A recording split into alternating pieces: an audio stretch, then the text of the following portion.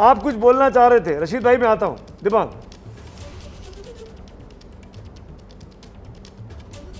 जी हाँ, मैं ये कह रहा हूँ, आपने ये जो सवाल पूछा था क्या समय ज्यादा लगेगा, तो हाँ सुमित, इस बार समय ज्यादा लगेगा। जो हम देखते थे कि शुरुआती ट्रेंड हम लोग बताते थे करीब 2 घंटे में, इस बार उसमें 5-6 घंटे लगने की की आशंका जताई जा रही है। और उसकी जो वजह है वो 5 बड़ी वजह है। मैं आपको वजह बताना चाहता हूँ कि एक तो जो पोस्टल बैलेट्स हैं सुमित, उनकी संख्या बढ़ा दी गई है, यानी बुजुर्गों को, पेशेंट्स को, जो फिजिकली चैलेंज है, उन लोगों को इस समय पोस्टल बैलेट की सुविधा दी गई है। दूसरी जो बड़ी बात है कि बूथ्स की संख्या काफी बढ़ा दी गई है, यानी अगर 2019 की बात करें तो करीब 78,000 बूथ थे, इस बार 1,01,000 बूथ हैं। और ईवीएम्स की संख्या इसलिए बढ़ गई है, करीब 30% ज्यादा ईवीएम इस बार इस्तेमाल किए जा रहे हैं। तो पहले जहां 14-15 राउंड में तय हो जाता था, अब 18 से 20 राउंड में तय होगा। एक और बहुत महत्वपूर्ण बात है कि काउंटिंग टेबल्स की संख्या वहां कम कर दी गई है, यानी पहले 15 होती थी, अब 7 हैं, क्योंकि फिजिकल डिस्टेंसिंग बढ़ानी है वहां पर हॉल्स के अंदर। और हर राउंड के बाद पूरे हॉल को सैनिटाइज किया जाएगा। तो यानी कोविड की जो छाया है वो काउंटिंग वाले दिन आपको आरटीपीसीआर टेस्ट तो ले ही जाना है, उसके अलावा जो काउंटिंग का जो प्रोसेस होगा उसमें भी इस बार पहले के मुकाबले ज्यादा समय लगेगा। 5 से 6 घंटा बताया जा रहा है, जब आपको पहले शुरुआती ट्रेंड दिखाई देंगे। इसीलिए ममता बनर्जी ने, सुमित, और जो मैं बता रहा था कि स्ट्रीट फाइटर हैं, उन्होंने सारे कार्यकर्ताओं से परसों वीडियो कॉल पर बातचीत की और कहा कि आपको बिल्कुल नहीं हटना है, क्योंकि जो शुरुआती काउंटिंग होंगी जिसमें पोस्टल बैलेट आएंगे उसमें हम पिछड़ सकते हैं। उन्होंने कहा कि पिछड़ सकते हैं, डिमोरलाइज नहीं होना है, बिल्कुल जमे रहना है। ये हमारी लड़ाई जो चल रही है खेला होगी कि उसका आखिरी दिन है। छोटी छोटी बात उन्होंने कहा कि विपक्षी से कभी भी किसी तरह का कोल्ड ड्रिंक नहीं लेना है, खाने का सामान नहीं लेना है, पान नहीं लेना है, सिगरेट नहीं लेना है, आपको बिल्कुल उनसे अलग रहना है। तो एक तरीके से, और जमे रहना है, आखिर तक जमे रहना है। तो एक तरीके से समय ज्यादा लगेगा और उसकी बड़ी वजह कोविड है। हम ये जो संदेश दे रहे हैं आज मास्क से, वो चीज आज जो काउंटिंग होगी उसमें भी दिखाई देगा, ये बात सुनाई देगी सुनिए। बिल्कुल, और चाहे कितना भी समय लगे, दिमाग में ये कि दर्शकों को यह बताना चाहता हूं कि एबीपी न्यूज़ की तैयारी पूरी है। कोलकाता से लेकर, चेन्नई से लेकर, पुदुचेरी से लेकर, केरल से लेकर और गुवाहाटी तक हर जगह हमारे संवाददाता हैं। चाहे 4 घंटे लगे, चाहे 8 घंटे लगे, चाहे 12 घंटे लगे, हम लोग दिन भर तैयार हैं, जमे हुए हैं, मास्क पहने हुए हैं, हाथ सैनिटाइज करते जा रहे हैं, सैनिटाइजर लेके बैठे हुए हैं और एक दूसरे के साथ यहाँ पर भी सोशल डिस्टेंसिंग को मेंटेन कर रहे हैं। इसीलिए आज स्टूडियो में आपको तमाम बड़े मेहमान नहीं दिख रहे हैं, उनको हमने घरों से ही जोड़ा है, जैसे दिबांग और जैसे रशीद किदवई। हमने नहीं कहा कि आप यहाँ आइए, क्योंकि हमको चिंता है कि हमको कोरोना अब नहीं फैलाना है। स्टूडियो बड़ा है, आराम से इसमें 15 से 20 लोग जमा हो सकते थे, लेकिन नहीं, सिर्फ 3 व्यक्ति यहाँ मौजूद हैं। शोभना हमारी जो चौथी एंकर है, वो हमने अलग स्टूडियो में रखा है, ताकि कोरोना के नाम पर आपस में सोशल डिस्टेंसिंग कम से कम हम लोग मेंटेन करें। हम ये तस्वीर देश के सामने पेश करें कि आपको सामाजिक दूरी बनाकर रखनी है और कोरोना से लड़ने में हमें आपका सहयोग भी चाहिए। हमने यानी आम हिंदुस्तानी ने चुनाव आयोग की बात मानकर, राजनीतिक पार्टियों की बात मानकर वोटिंग कर दी है, हमने अपना फर्ज निभा दिया है। लेकिन अब राजनीतिक पार्टियों को हमारा कर्ज उतारना है। हमको टीका चाहिए और टीका जल्दी से जल्दी चाहिए, और टीका फ्री में क्यों नहीं होना चाहिए, इस पर भी हमारी तवज्जो रहेगी। शोभना हमारे साथ हैं, आप हमारी स्क्रीन को समझ चुके हैं, रुमाना है, पंकज है। कोरोना का मीटर, वैक्सीनेशन का मीटर, ये आंकड़े चुनाव के साथ साथ सिर्फ और सिर्फ एबीपी न्यूज़ पर दिख रहे हैं।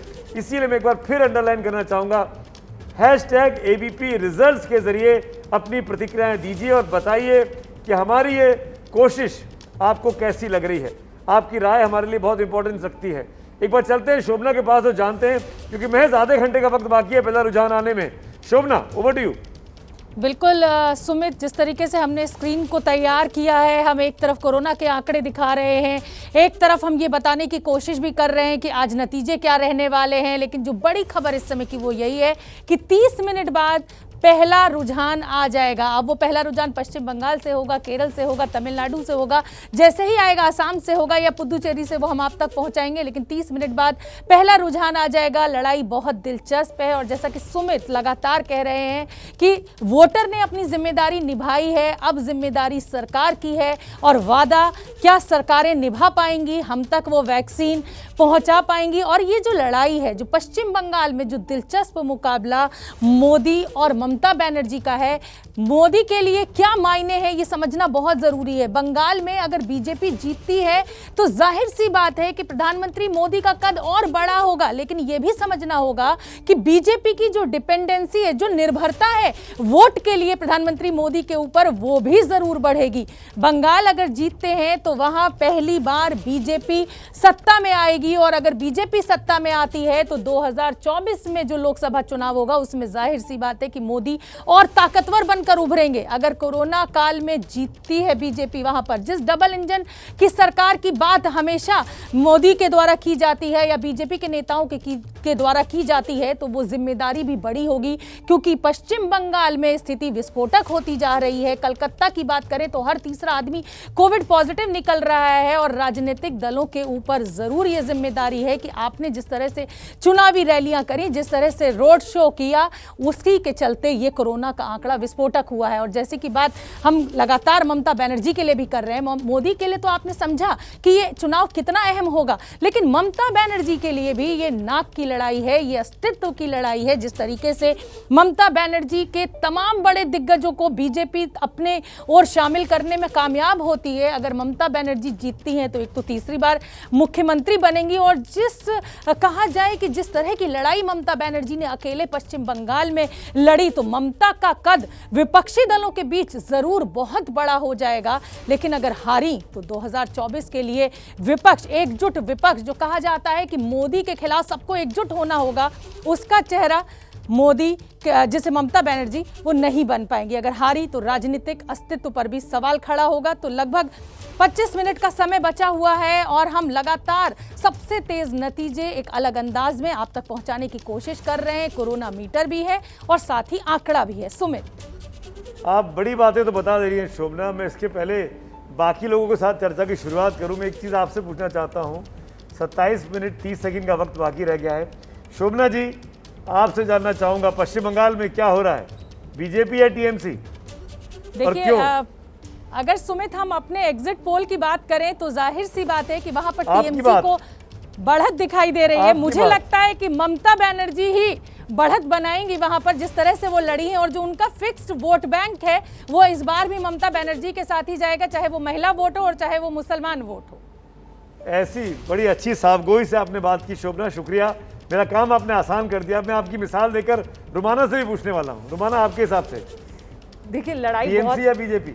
फंसी हुई है, लड़ाई बहुत फंसी हुई है, कोई कुछ कह नहीं सकता है। और हमने देखा किस तरीके से एग्जिट पोल की अगर मैं बात करूं, उसके साथ अगर हम जाएं तो टीएमसी सत्ता में वापसी कर रही है। लेकिन हमने कल ही एबीपी न्यूज़ पर एक पत्रकारों का पोल भी दिखाया और उसके अंदर ये समझ सकते हैं आप देखकर कि वो पत्रकार जो बिल्कुल जमीन पर हैं, जो वहां जमीन की सियासत समझ रहे हैं, उनके लिए भी कहना मुश्किल है कि साहब बाजी किस तरफ जा सकती है। तो लड़ाई मुश्किल, मामला फंसा हुआ है। किसी तरफ रुमाना का वोट नहीं है। पंकज, मुस्कुराइए मत, बताइए। बड़ा मुश्किल है सुमित, क्योंकि ना बंगाल में तो 20 से 30% लोग बताते ही नहीं हैं कि उनके मन में क्या चल रहा है। और ये जो एग्जिट पोल आया उस दिन देखा आपने कि कुछ लोगों ने बीजेपी की बढ़त दिखाई, कुछ लोगों ने ममता की दिखाई, लेकिन मैं अपने चैनल पर जो हमने दिखाया एग्जिट पोल, मुझे लगता है मैं उसी के साथ हूँ। आपकी राय बताइए ना, मतलब टीएमसी के साथ है? हाँ, एग्जिट पोल में तो ममता को बढ़त है, तो मैं उसी के साथ। हाँ, मतलब जैसे साफ साफ शोभना ने बोला वैसे साफ साफ क्यों नहीं बोल रहे हैं? नहीं, साफ साफ ही मैंने कहा कि जो है वो मुझे भी जो लगा, हालांकि बहुत फंसा हुआ मामला है। और मैं एक बात तो जरूर कहूँगा सुमित, आप घूम के आए और पब्लिक को घुमा रहे हैं। ना, पब्लिक हमें घुमा रही है, हमने पब्लिक को नहीं, वो पब्लिक के मत की हम बात नहीं समझ सकते हैं। और 30%, 25% तो खुल के बताते ही नहीं, बड़ा मुश्किल काम है ये बताना। लेकिन मुझे लगता है कि जो एग्जिट पोल का जो रुझान है, उसके जो नतीजे हैं, मुझे लगता है कि उसी तरीके से तस्वीर होनी चाहिए। लेकिन बीजेपी बहुत मजबूत ताकत है वहाँ पर। ठीक है, बीजेपी मजबूत हो रही है, ताकत उभर रही है। शोभना कुछ बोल रही थी। शोभना, आपका कुछ कहा? आपने हम तीनों की राय जान ली है, आपकी राय जानना भी हम चाहते हैं। 8:05 पे अभी बाकी मेहमान भी हमारे साथ हैं, बताएंगे बताएंगे, मैं बताऊंगा, मैं बचूंगा नहीं, मैं ज़रूर बताऊंगा। पर सबसे पहले राय ले लेता हूं। दिबांग, बीजेपी या टीएमसी?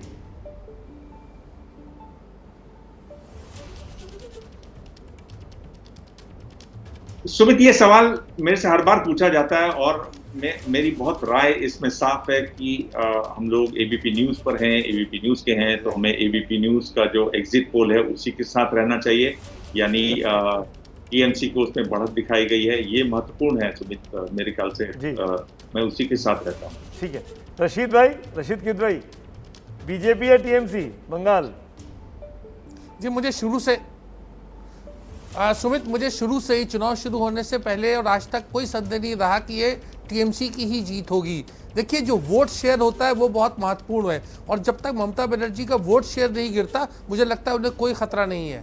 ओके, अभय दुबे, आपकी राय? मैं तो एबीपी सी वोटर का जो सर्वे है मैं उसके साथ हूँ, इसलिए उसके साथ हूँ क्योंकि मेरे अपने सूत्र जो हैं, क्योंकि हमारी संस्था भी कुछ पोस्ट पोल सर्वे कर रही है या दूसरे जो कर रही है, तो हमारे जो अपने सूत्र हैं उससे जो एक भनक मिली है मुझे, मेरे पास कोई आंकड़ा नहीं है, लेकिन जो मुझे भनक मिली है उससे मुझे लगता है कि टीएमसी को भारतीय जनता पार्टी के ऊपर बढ़त है। टीएमसी को बढ़त है। मनोज्ञा, आपकी राय? यहाँ तो अधिकतर लोग जो है वो टीएमसी के फेवर में है, बीजेपी अभी तक किसी ने नहीं बोला है।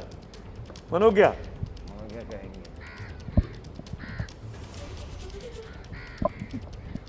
वो व्यक्ति ही क्या जो हवा के खिलाफ ना खड़ा हो, और ये तो मैंने खुद ममता बनर्जी से सीखा है, वो हमारी बंगाल की शेरनी है, इसलिए आज तो मैं आंकड़े शाम को ही बोलूंगी। आंकड़े मेरे पब्लिक में आज दोबारा बोलने की मुझे नहीं लगता जरूरत है। आंकड़े मत बोलिए, लेकिन आप अभी भी इस बात पर कायम है कि बीजेपी जीत रही है, बीजेपी को लीड है? बिल्कुल बिल्कुल, एडवांटेज है, एडवांटेज बहुत बड़ा है जमीनी स्तर पर। और ये जो 20% की बात कर रहे हैं पंकज, जो नहीं बोलते हैं, ये मैं मानती हूँ कि अगर कोई डॉक्टर है, सब वही किताब पढ़कर डॉक्टर बनते हैं, लेकिन असली डॉक्टर और अच्छा डॉक्टर वो होता है जो पल्स पकड़ ले। बंगाल में पल्स पकड़ना ज्यादा जरूरी है, न कि डॉक्टरों की किताबें पढ़ना। समझे पंकज जी? चलिए, समझ गया। ज्ञानेंद्र मेरे साथ हैं, विजय विद्रोही मेरे साथ हैं, उनकी भी राय जानते हैं। पहले विजय जी आपसे पूछना चाहता हूँ, बीजेपी या टीएमसी?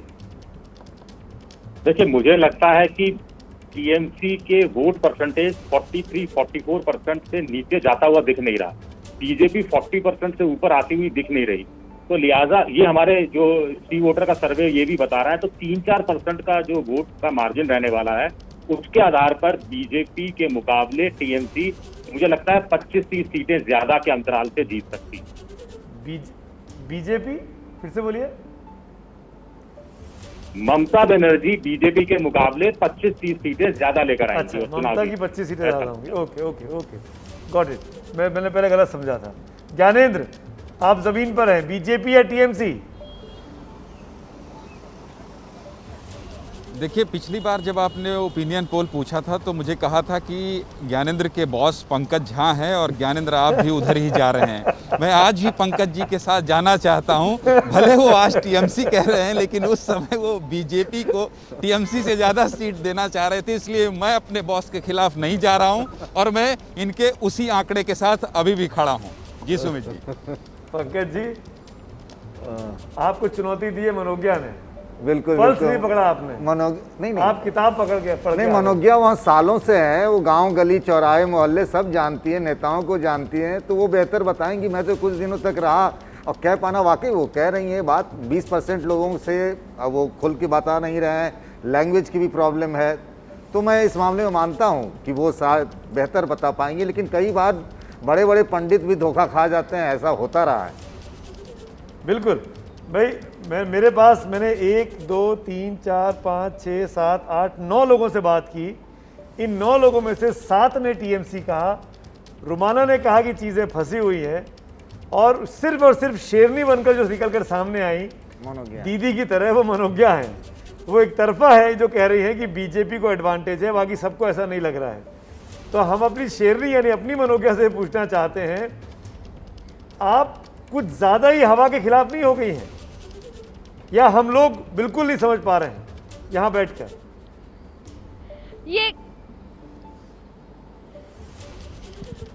नहीं, ऐसा नहीं है। मैं इस समय हुगली नदी के किनारे हूँ और नदी की खासियत होती है कि ऊपर जितना ठहराव है अंदर उतनी ही तेज बहाव होता है। ये वाटर की क्वालिटी है, ऐसा नहीं है कि सिर्फ इस नदी की क्वालिटी है, ये हर वाटर बॉडी की क्वालिटी होती है, खास तौर से नदियों की। और पानी काफी बह चुका है, ये सब जानते हैं। लेकिन अब इस पर बहस का मुद्दा इसलिए नहीं है क्योंकि अब कुछ घंटों की ही बात है। हालांकि मैं आज भी ये मानती हूँ कि जो पोलराइजेशन का काउंटर पोलराइजेशन है, जो विकास का काम दीदी ने किया है और जो नाराजगी जमीनी स्तर पर भुआ से है, दीदी से नाराजगी नहीं है। जो लोग ये नहीं समझ रहे हैं कि नाराजगी आज भी ममता बनर्जी से नहीं है, लेकिन ग्रामीण अंचलों में नाराजगी उन तृणमूल कांग्रेस के नेताओं से है जिन्होंने कटमनी तोलाबाजी के तहत उन्हें परेशान किया है। नाराजगी दीदी नहीं, नाराजगी भुआ से है, नाराजगी ममता बनर्जी से नहीं या फिर नाराजगी पार्टी से है। इन सारी बातों के मद्देनजर 2011 में भी कई लोगों ने विश्वास नहीं किया था, 16 में भी नहीं किया था।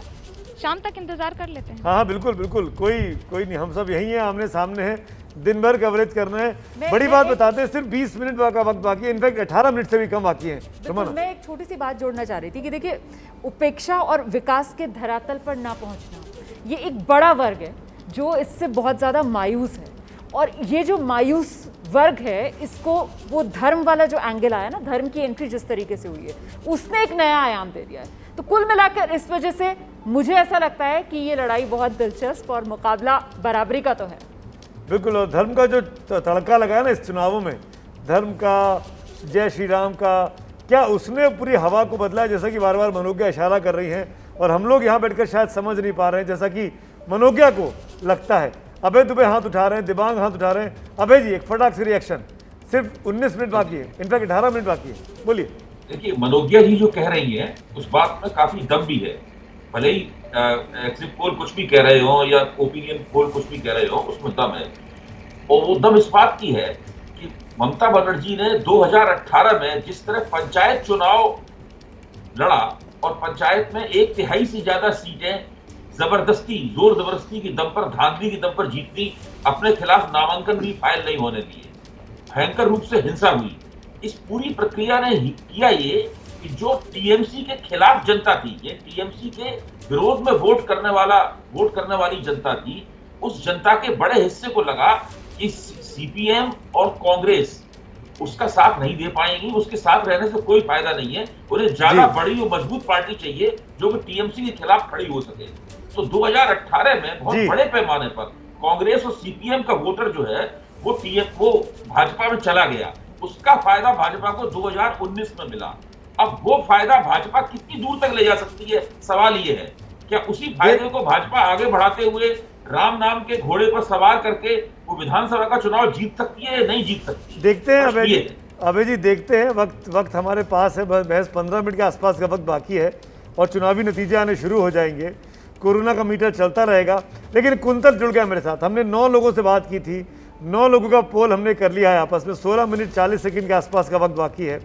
कुंतल, आप तो पश्चिम बंगाल से आते हैं, आपकी जन्मभूमि, आपकी कर्मभूमि कोलकाता है, बंगाल है, आप असली माटी के लाल हैं। आप बताइए, बीजेपी या टीएमसी? मुझे लगता है तृणमूल कांग्रेस को एज है और जैसे कि मैं पहले भी बताया कि 155-60 165 यहाँ तक तृणमूल कांग्रेस पहुँच सकती है और बीजेपी 115-20 125 तक मैक्सिमम पहुँच सकते हैं, ऐसा ही मुझे लग रहा है। इससे आगे अगर चला गया मतलब हरक्यूलियन टास्क है फिर। हालांकि बहुत से एग्जिट पोल में उल्टी भी आया है जहाँ पर उन्होंने, हाँ बिल्कुल, हिम्मत की बात की जाए तो माटी का असली लाल यही है, बाकायदा नंबर दे के बात कर रहा है। सब लोग डिप्लोमेट बने हुए हैं, हम लोग कोई नंबर नहीं दे रहे हैं। तो कुंतल आए, उन्होंने सीधे फ्रंट फुट पे आके फास्ट बॉलर पर पहली बॉल पे छक्का मारने की कोशिश की है। क्रिकेट के खिलाड़ी हैं वो, और नंबर देकर बात की है। दिबांग कुछ बोलना चाह रहे हैं?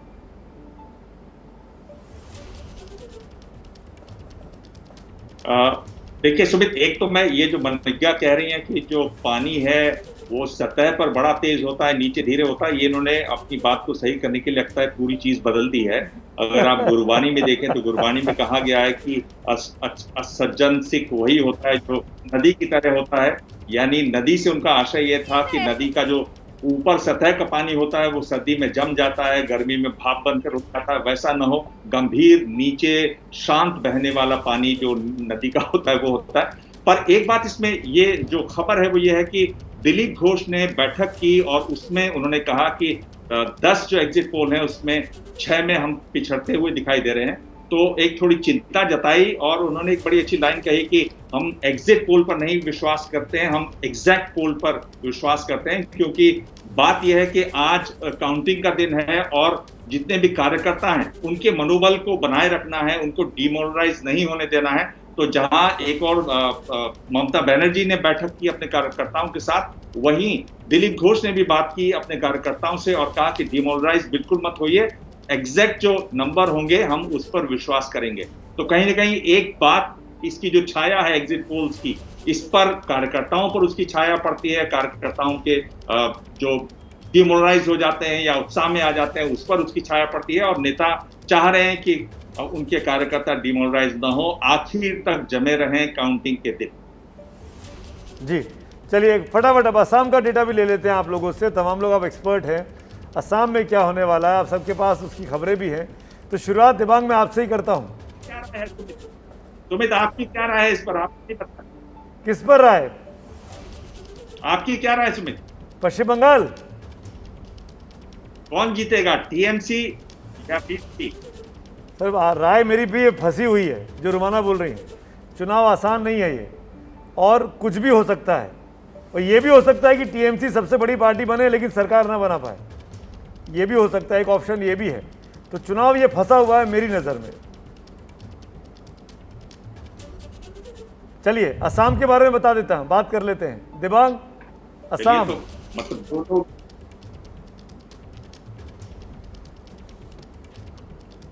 मुझे लगता है असम एक तरीके से कांग्रेस पार्टी की बड़ी चूक की तरह से स्टेट दिखाई देगा। राहुल गांधी ने जिस तरह से तय किया लगातार केरल में जमे रहना, एक तरीके से वो एक बड़ी भारी गलती हुई, क्योंकि उन्होंने वहां पर अलायंस अच्छा बनाया, उन्होंने वहां पर मुद्दे बड़े अच्छे चुने, और कुल मिलाकर एक उत्साह था वहां पर कांग्रेस के कार्यकर्ताओं में।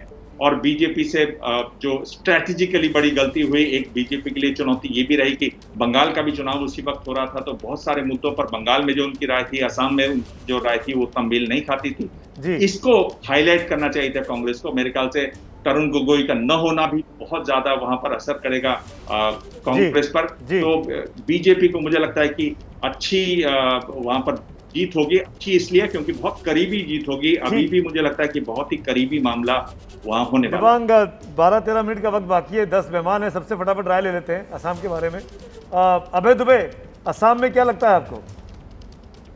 देखिए असम में शुरू से ही ये बिल्कुल साफ दिख रहा है कि कांग्रेस बहुत अच्छा चुनाव लड़ रही है। कांग्रेस ने बहुत अच्छा गठजोड़ किया है असम में, और भारतीय जनता पार्टी के नेतृत्व के स्तर पर कुछ दुविधा मुझे दिखाई दी।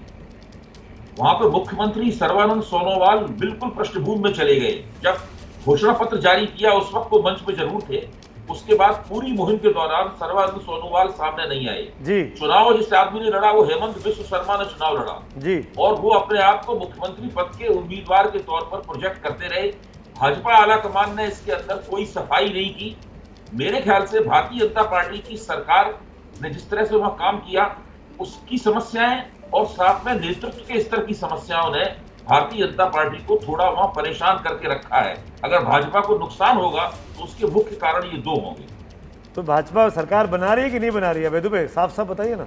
बना सकती है, भाजपा सरकार बना सकती है, लेकिन उसका प्रदर्शन पहले के मुकाबले गिर जाएगा। ठीक है रशीद भाई, असम में क्या हो रहा है? आप तो गए थे वहां पे, लंबा समय रहे। रशीद किद भाई।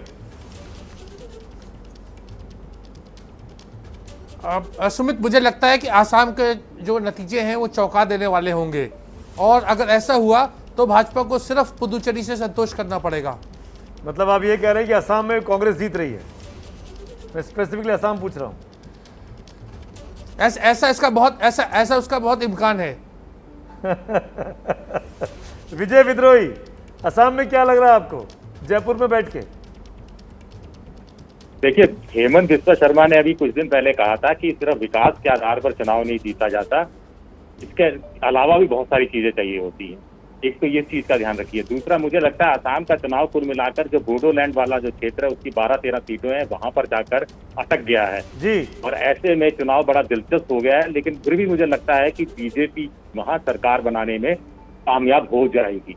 बीजेपी कामयाब हो जाएगी। वो जो खास मेहमान मेरे साथ बने हुए हैं पंकज झा, अब आपकी बारी है। असम में क्या लग रहा है आपको? देखिए, जो वहाँ गए उनसे जो बातचीत की, देखिए सुमित, जब भी चर्चा होती है ना तो जहाँ मुस्लिम फैक्टर की जिक्र होने लगता है। आसाम में भी 28% मुस्लिम हैं, तो वहाँ इस तरह से माना जाता है कि फिर बीजेपी के लिए मुश्किल हो जाएगा। कांग्रेस ने यूडीएफ के साथ समझौता कर लिया, लेकिन उसका ना एक काउंटर रिएक्शन भी होता है। जिस तरीके से बदरुद्दीन अजमल के बेटे ने लुंगी टोपी वाली की सरकार बनेगी, फिर वो बहुत मामला बढ़ा। और जो कह रहे थे विजय विद्रोह की अपर आसाम जहाँ 12 सीटें हैं बोडो वाली, वो क्रूसियल है। लेकिन मुझे लगता है कि बीजेपी सरकार बना सकती है, जिस तरीके से वहाँ चुनाव प्रचार हुआ और उसके बाद जो खबरें आ रही हैं।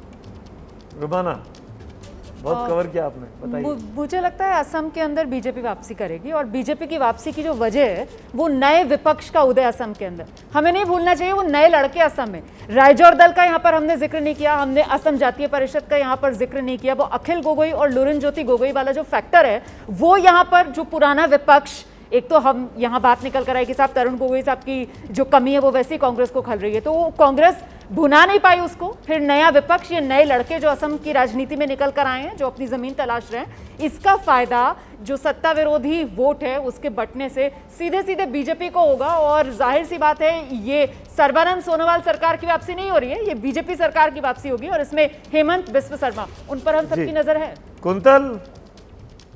कुंतल है, कुंतल असम में क्या? सुमित जी मुझे, हाँ बिल्कुल बिल्कुल। सुमित जी मुझे लगता है कि असम में बीजेपी को एज है। वजह यह है कि असम में बंगाल में जितना पोलराइजेशन होगा उससे ज़्यादा पोलराइजेशन असम में होगा, और इसका मतलब फ़ायदा बीजेपी को सीधा जाएगा बंगाल में, क्योंकि 34 साल लेफ्ट सरकार यहाँ राज की है और बंगाल के लोग जो है ज़्यादा लिबरल है। इतना ज़्यादा पोलराइजेशन नहीं होगा जितने कि असम में होगा, और इसी वजह से मुझे लगता है बीजेपी को वहाँ एज है और बीजेपी वहाँ शायद जीत हासिल करने वाली है। मेरे ख्याल से अब अपने पास मनोज्ञा और शोभना रह गई हैं, उनकी राय लेते हैं। पहले मनोज्ञा के पास चलते हैं। मनोज्ञा, असम में क्या हो रहा है?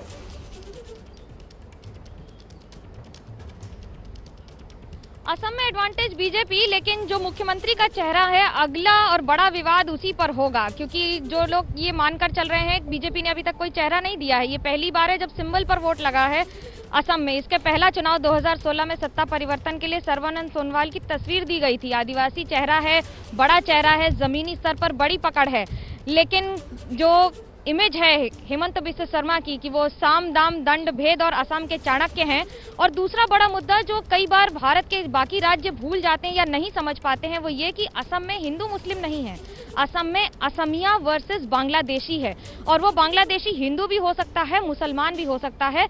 लड़ाई यही है, और आज भी ये बड़ी लड़ाई है जिस पर विफलता के कारण बीजेपी की सीटें कम होती नजर आ रही हैं। बिल्कुल, आप बीजेपी की सीटें कम हो रही है, लेकिन एज आप बीजेपी को दे रही है, सरकार बीजेपी की बन रही है। शोभना, असम का आकलन? बिल्कुल सुमित, मैं भी जो यहाँ पर जो बहुमत इस समय आ रहा है कि बीजेपी ही वहाँ पर सत्ता में वापसी करेगी, मैं उससे बहुत हद तक सहमत हूँ। और सहमत इसलिए हूँ कि एक अच्छा गठबंधन बनाने के बाद भी, जैसा कि दिबांग ने भी कहा, कि कांग्रेस उन मुद्दों को मुखरता के साथ, प्रमुखता के साथ, ताकत के साथ उठा नहीं पाई। बोडोलैंड पीपल्स फ्रंट जो कि पिछले चुनाव में बीजेपी के साथ था, वो इस बार कांग्रेस गठबंधन के साथ है। उन 12 सीटों पर हो सकता है उसको फायदा हो।